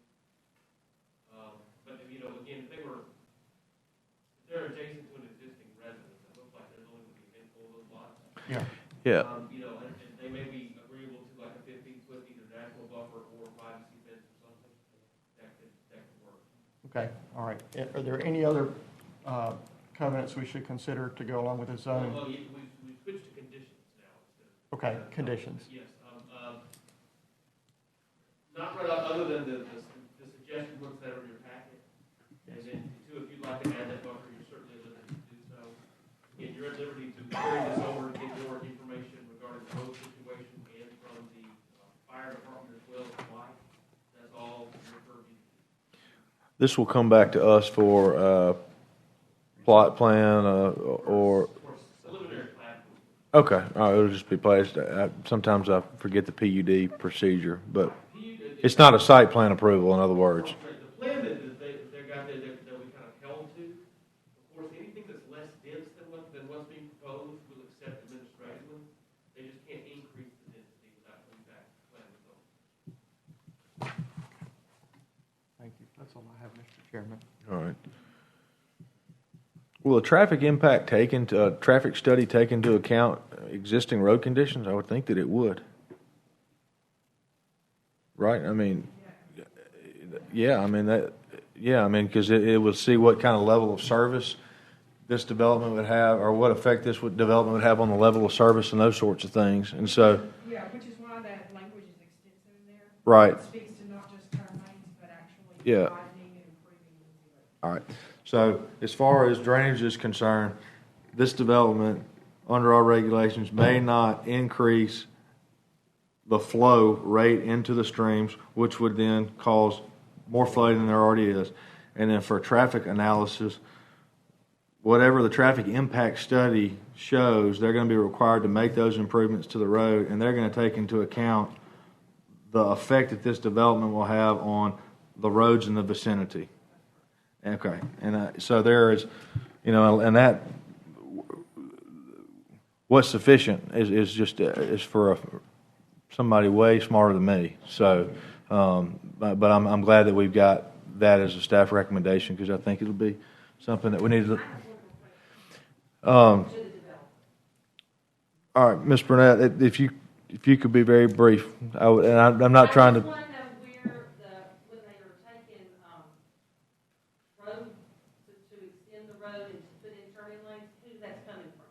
It's coming from. Is that going to come off their property, or is that going to come off of our property? It's going to come off their property. Yes, ma'am. All right. The only thing I would say to that is that part of the conditions that are put on here is that they'll need, number 2 would be the additional right-of-way for Lindsay Lake Road would need to be acquired if the road widening or turn lanes require that also. So it may be that they have to go and acquire more right-of-way. That could impact other property owners around. According to what, that's just speaking in hypothetical terms. There could be a scenario where the entirety of Lindsay Loop Road needed to be widened, including in front of Ms. Burnett's property, perhaps. Since she's so close, it's possible.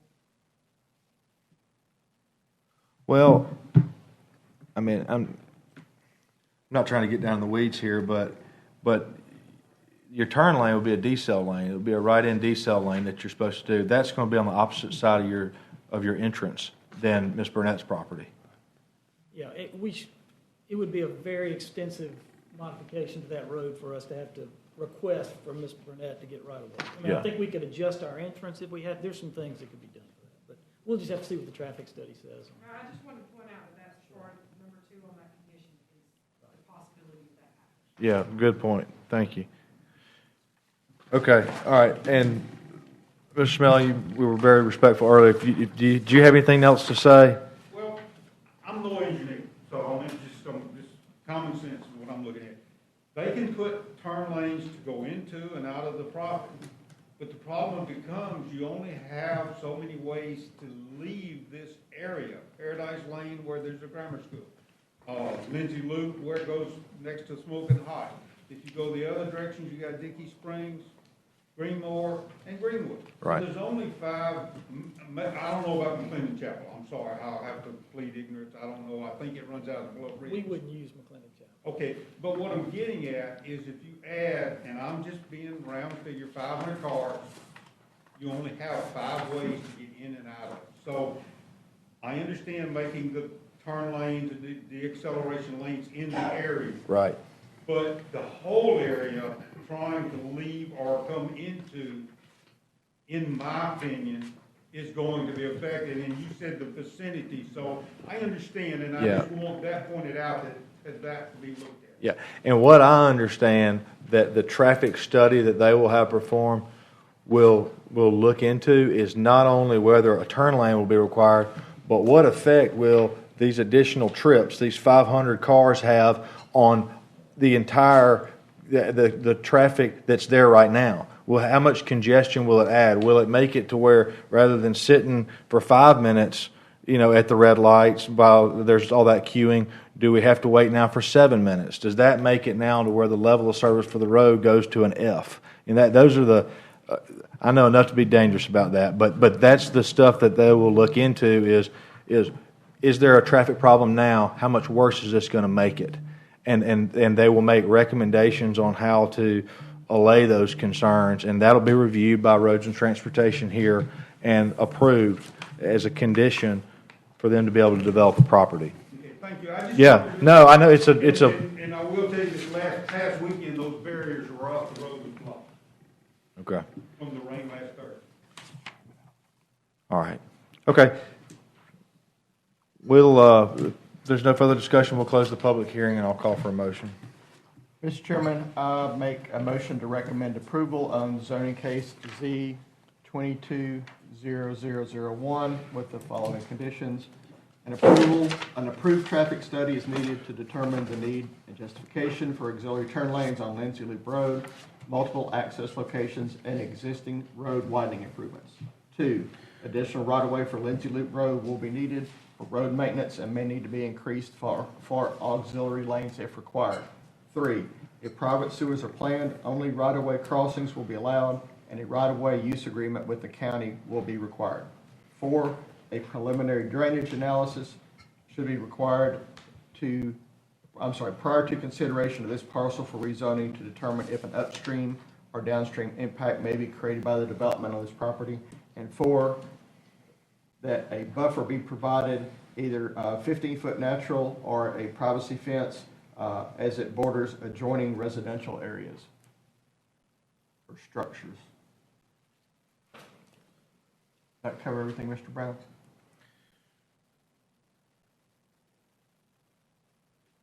Those are all the conditions. Open for second. I'll second. All right, there's a motion and a second. All in favor, signal by saying aye. Aye. Any opposed, say nay. All right, the ayes have it. This will be heard by the county commission at the next meeting, which you'll get notice of. Everybody within 500 feet will get notice of it. So, thank y'all. All right, our next case is Z22-2. This is Peggy Horn's request for a change of zoning to A1 to remove a split zoning for a residential use, 2.85 acres in the Bessemer area.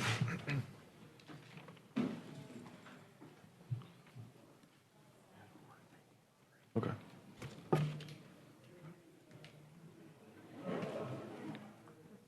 You ready? Okay. Mr. Chairman, as you already mentioned, this is the application of Peggy B.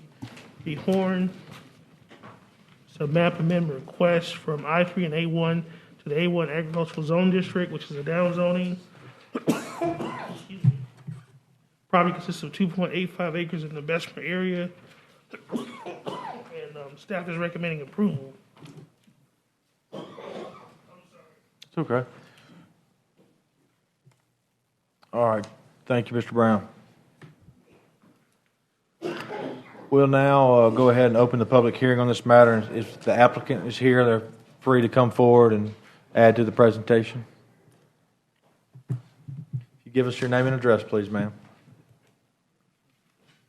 Peggy B. Horn, 3040 Galaxy Drive, Hueytown, Alabama. All right. Thank you, ma'am. Do you have anything to add or anything? No, sir. All right. I appreciate it. Your nice, friendly face. All right. Is there anyone here in opposition to this case? All right. Seeing none, is there any discussion? All right. We'll call for a motion. Mr. Chairman, I make a motion to recommend approval for zoning case Z 220002. Second. We've got a motion and a second. All in favor, signal by saying aye. Aye. Any opposed, say nay. The ayes have it. Thank y'all for your patience. I'm sorry you had to wait through all the rest of that stuff. If I had a crystal ball, I'd go back and do it over again. All right. Our last case is a special use permit request. I need to get in here. Oh. It's not present yet. Michael didn't bring that to me. Okay. Michael, do we have the applicant for the special use request in the hallway? All right, good deal.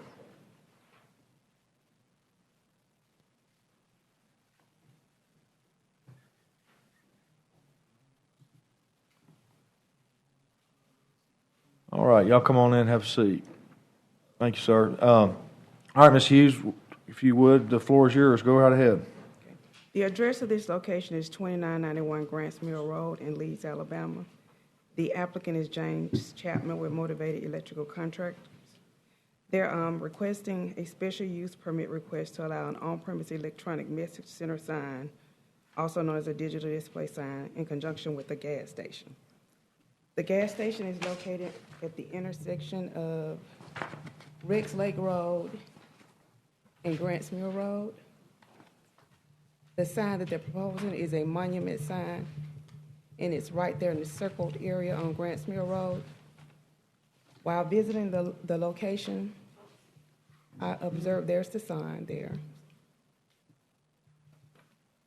This is the gas station. It shows again where the sign will be placed.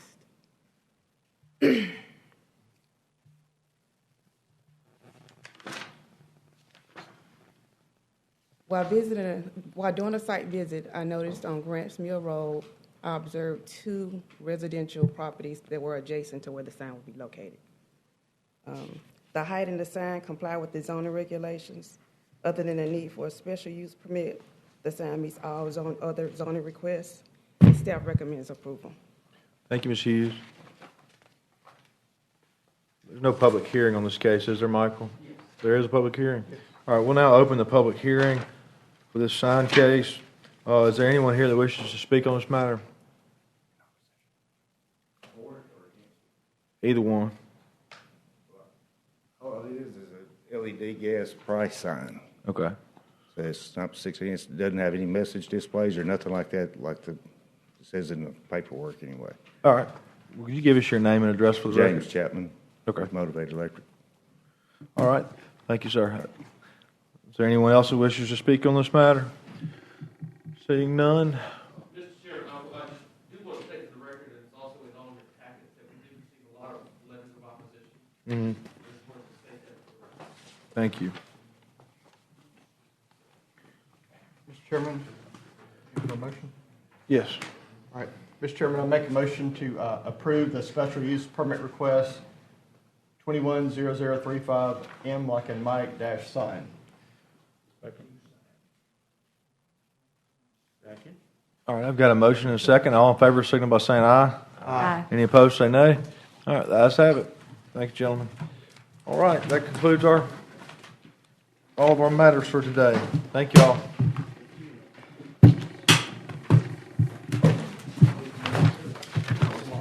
I know. Huh? Not me. I probably am at fault. You know,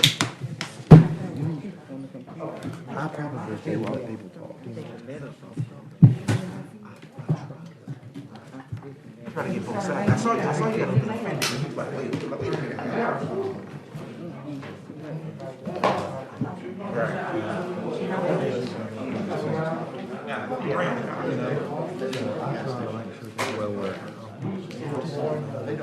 Real issues.